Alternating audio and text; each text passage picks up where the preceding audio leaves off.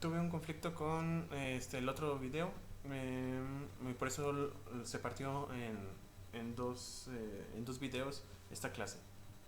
Bueno, en la fijación de la litis, como estaba señalando en el otro video, hay una intervención de la parte actora y de la parte demandada. La parte actora es la persona demandante la que ejercita la acción ante el órgano jurisdiccional formulando su pretensión por medio de la demanda, entendiéndose por demanda como el acto procesal con el que se inicia la constitución de la relación jurídica procesal. ¿A qué se refiere esto?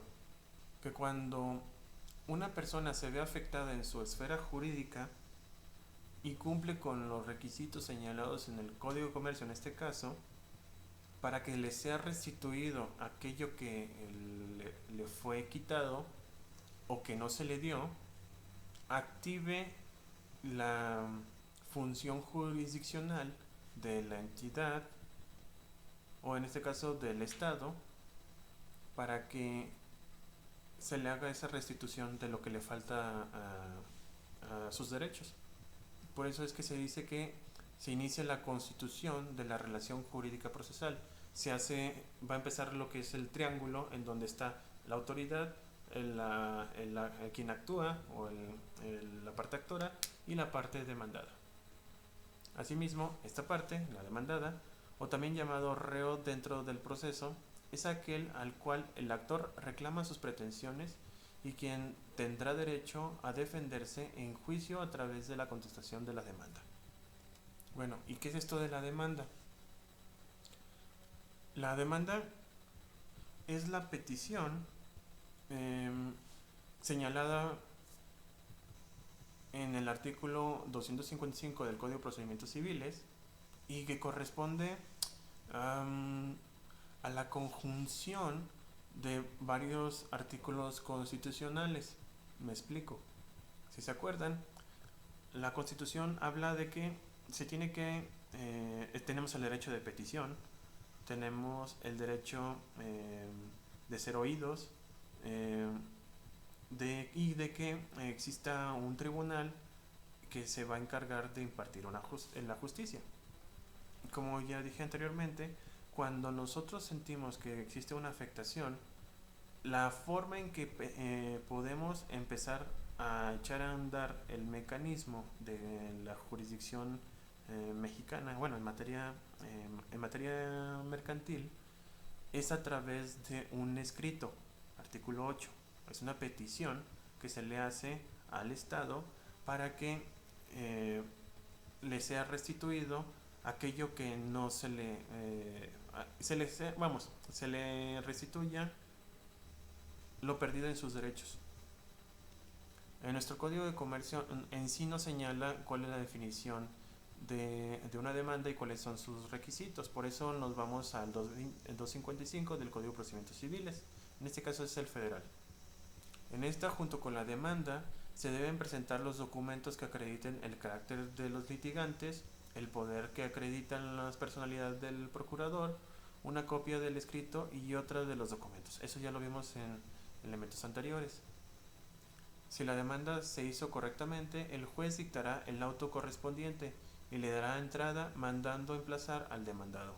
Para tal efecto, es necesario elaborar una sola notificación, normalmente por alguna persona del archivo del juzgado, y turnarla junto con las copias de traslado debidamente cotejadas a la Oficina Central de Notificadores y Ejecutores. Está en el segundo piso, si no me falla, de ahí de juzgados. Para ello, el juzgado hará una lista de los expedientes y documentos que enviará a la citada oficina, donde, a su vez, se turnará la cédula correspondiente al funcionario que corresponda por razón de domicilio del demandado. Entonces, cuando ya sale acordado el expediente, se le va a dar vista a los notificadores. Y como ya vimos anteriormente, la notificación, pues, en este caso, va a ser personal, va a tener los 3 días y se va a levantar la cédula correspondiente. Eso ya lo vimos en clases anteriores. Ahora sí, cuando pase esto y ya se le notifica al demandado, este va a tener el derecho de contestar.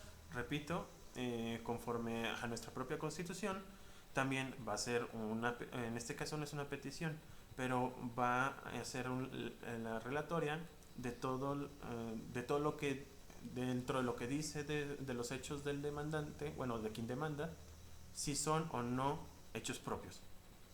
Él va a tener que responder todos y cada uno de los hechos. De lo contrario, se tendrá por confeso de aquellos en los que no se haya pronunciado. Asimismo, bueno, en la contestación puede ser a través de una negación respecto a lo que se está pidiendo, y también tenemos otros tres tipos de contestaciones. Está primero la que niega todos los hechos. La otra sería el allanamiento, que supone que la persona acepta cada uno de los hechos que describe quien demanda. Si dice que le debe 5,000 pesos, esos 5,000 pesos va a decir, bueno, cuando conteste va a decir, sí, efectivamente le debo 5,000 pesos, pero no tengo ahorita el dinero. Pero ya hay una confesión por parte de esta persona. También está la reconvención. Consiste en la acción que el demandado deduce contra el actor al contestar al contestar la demanda dentro del mismo juicio. Es decir, puedes señalar que no solamente no le debe a esa persona, sino que esa persona le debe a él. Entonces hay le llaman ordinariamente como contrademanda. Mal hecho, pero así es como se conoce entre abogados. Y están las famosas excepciones. Esas excepciones es el poder que tiene el demandado de oponerse frente a la pretensión del actor. Cuestiones que obstaculizan un pronunciamiento de fondo que el juzgador debe hacer respecto a la pretensión, o bien que el pronunciamiento traiga como resultado la absolución del demandado, que fue la persona que hizo valer a su favor la excepción. Me explico. Así como existe la negativa de todos los hechos, existen algunas cosas que le llaman excepciones, en donde el demandado, al momento de interponerlas, ya no puede seguir el juicio en dos formas. No sigue el juicio y por lo tanto se disuelve o termina el juicio, o bien hasta en tanto no se resuelva esa excepción que hace, no puede haber un pronunciamiento del juez. Para ello existen las perentorias. Las excepciones perentorias son aquellas que ponen fin al proceso eliminando definitivamente las pretensiones del actor. Se plantean esas excepciones al contestar la demanda o en cualquier momento del estado de la misma. Aquí podemos ver lo que son las excepciones de pago, es decir, que ya pagó. Excepciones de compensación, que ya se pagó por otra vía. Excepción de confusión de derechos. Excepción de remisión de deuda. La excepción de novación. Bueno, primero, la confusión de derechos, de manera burda y rápida. Un despacho tiene el pagaré. Yo como deudor compro el despacho, pues ya tengo mi propio, ese despacho, como soy dueño, hay una confusión de derechos, porque al final de cuentas yo soy el dueño de eso. En este caso, vamos, está el juicio, con ese pagaré, yo compro ese despacho, ya no tiene razón de ser ese juicio. En la excepción de remisión de deuda, en el propio pagaré, si hace valer ese título y resulta ser de que en el mismo título se estableció de que quien va a pagar no es fulano de tal, sino perengano, entonces ya no tiene por qué pedirle el pago de la deuda al quien fue señalado en principio de cuentas, sino tendría que irse al segundo que ya se le dio la remisión de esa deuda. Excepción por novación, se parece mucho a la anterior, pero aquí en el propio pagaré o en el título de crédito, lo que se hace es se le agrega algún tipo de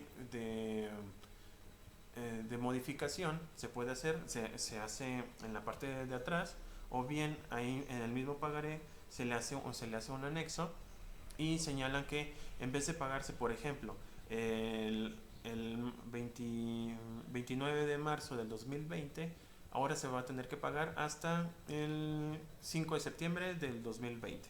Entonces hubo una modificación en la fecha, por lo tanto no tendría razón de ser si ahorita se estuviera tratando de ejecutar ese título.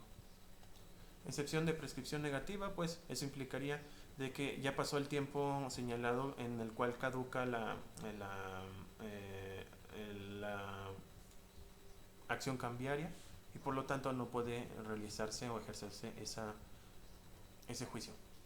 La excepción de condición resolutoria, cuando existe otro, bueno, ese se parece mucho, excepción de término resolutorio, cuando estén pendientes de resolver otro caso que esté ligado con el que nos ocupa.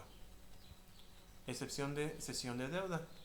Esta, en vez de, muchas veces se endosan los títulos de crédito y posiblemente se haya generado un nuevo pagaré con el nuevo deudor, con el nuevo acreedor. Si tratan de cobrar el primer pagaré, pues con el segundo, en donde a través de un contrato se hace señalar que se hubo una cesión de deuda, también el juicio no tendría razón de ser. Excepción de retención de la cosa vendida. Muchas veces en los contratos señalan que hasta que no se pague por completo la cosa u objeto del propio contrato, se entregará al acreedor. Esto pasa muchas veces en las casas, en donde se pone como condición que se va a retener la casa hasta que el comprador no haya pagado por completo la propia casa. Suele ser también la excepción de inexistencia, la excepción de nulidad y la de transacción.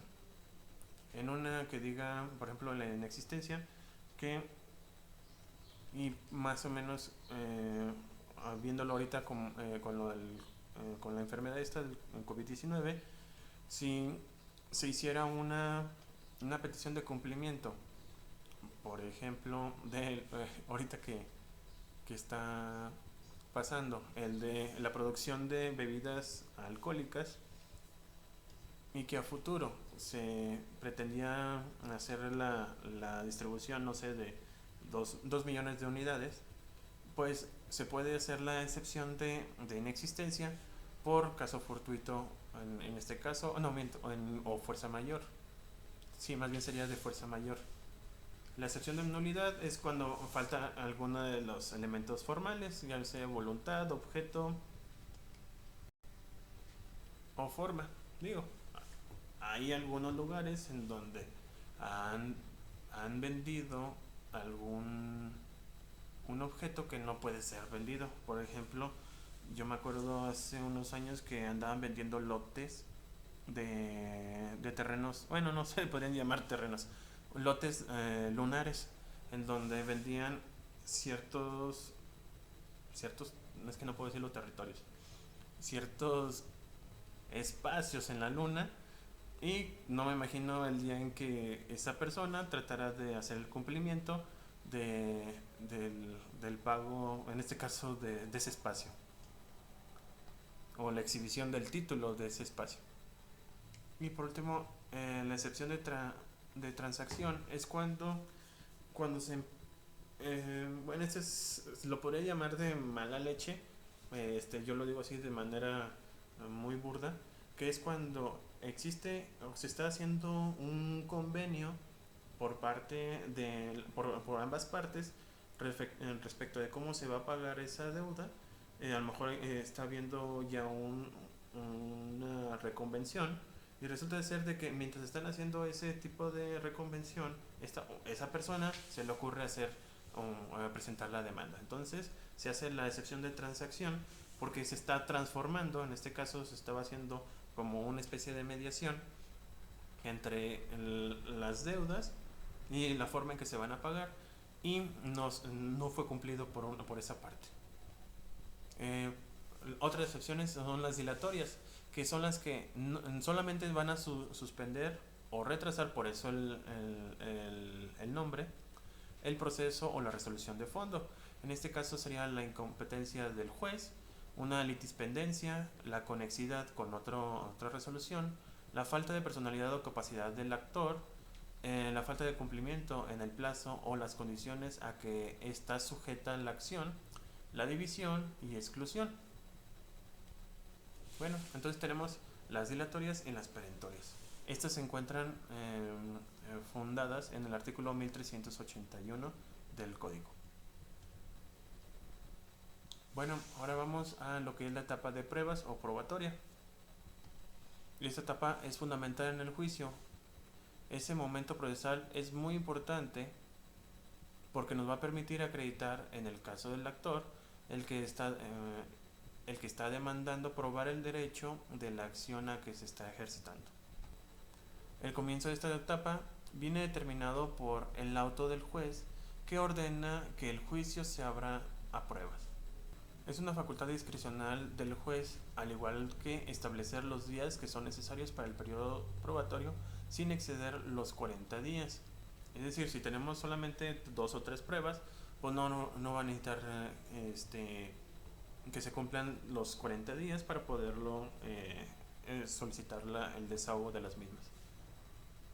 Es un periodo reducido, sobre todo si valoramos que las pruebas se tienen que presentar con tiempo para admitirlas, prepararlas y desahogarlas, ya que si no es así, el juez tiene la potestad de rechazarlas. Entonces se va a se va a fijar una fecha y las pruebas que se tengan que desahogar en esa misma audiencia se va a realizar ese desahogo. Bueno, una vez que termina el periodo de pruebas, viene el de alegatos, que son 10 días para cada parte. En los alegatos, el juez tiene que poder examinar de forma organizada y resumida los hechos que avalen las demandas de las partes, las pruebas y sus derechos. Y por último, en la etapa de la sentencia. En esta última e importante etapa se determina la sentencia a aplicar, que es definitiva o interlocutoria según si se refiere en asunto principal o en el incidente accesorio, en el caso de una excepción dilatoria. Según lo establecido por la ley, el juez fijará sentencia fundamentada en la interpretación de la ley y, si no se encuentra la ley competente, se ajustará a los principios generales del derecho. Esto viene avalado por los artículos, por el artículo en este caso 1324 del Código de Comercio, que dice a la letra: toda sentencia debe ser fundada en ley y si no por sentido natural ni por el espíritu de esta se puede decidir la controversia. Se atenderá a los principios generales del derecho, tomando en consideración todas las circunstancias del caso. Para ello, tiene que, si hubo un hecho o, el juez va a pronunciarse de todo lo que se puso a juicio, a sus manos. Y no debe dejar cabo suelto. Por lo que si se puso un hecho, se tiene que referir a ese hecho, por qué sí lo está valorando, por qué no lo está valorando y fundamentarlo. Ya sea a través de la ley o a través de principios generales de derecho.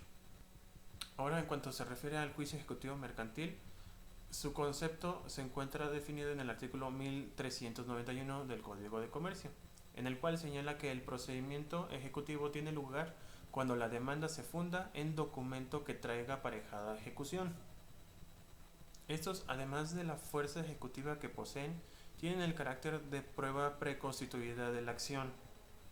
En un cheque, páguese a la vista del portador la cantidad X. Ya hay una obligación señalada en el propio documento, en el pagaré. Debo y pagaré incondicionalmente la cantidad de. Ahí, si se fijan, existen tanto la forma, la voluntad y el objeto en ese enunciado. Si tiene esos elementos y además tiene una firma, ya está preconstituido la acción. Lo único que se tiene que hacer es hacerla efectiva. Ya, ya no necesita más pruebas que las propias excepciones, como las que vimos anteriormente, pero si no tienes alguna excepción que obstaculice el pago, pues se tiene que pagar. ¿Cuáles son estos títulos preconstituidos o que tienen aparejada ejecución? El primero de todos es las sentencias ejecutorias, hasta el nombre lo indica, y pasa o pasada en autoridad de cosa juzgada y la arbitral, que sean inapelables, conforme en los artículos 1348 y 1346. Al revés, qué bárbaro. Listo, ya está, por arte de magia. Ambos del Código de Comercio. Los instrumentos públicos, la confesión judicial del deudor, los títulos de crédito, las pólizas de seguro, las decisiones de los peritos designados en los seguros para fijar el importe del siniestro, las facturas, cuentas corrientes y cualesquiera otros contratos del comercio firmados y reconocidos judicialmente por el deudor. Ahora bien, ¿cómo es que se procede en este juicios ejecutivos? Tienen mucha relevancia lo que es el juicio ordinario. Tiene la misma estructura, solamente que es mucho más rápido. Como el otro, se inicia este juicio con la demanda que deberá satisfacer los mismos requisitos que el ordinario, y a la que el actor deberá de acompañar el título ejecutivo fundatorio de su acción. Este carácter ejecutivo es presupuesto indispensable de procedencia de la vía ejecutiva. Para que un título traiga aparejada la ejecución, es decir, sea ejecutivo, el crédito en el consignado debe ser cierto, líquido y exigible. Debo y pagaré 5,000 pesos. Ahí es cierto que son 5,000 pesos, incluso para mayor formalidad, si se han fijado, ponen los 5,000 pesos y luego entre paréntesis en letras, para que sea más verificable, más cierto, creo que es el término correcto. No me imagino que pongan debo y pagaré incondicionalmente 3 toneladas de maíz que se cosechen en la próxima temporada de verano. Hasta suena absurdo la forma en que lo estoy señalando.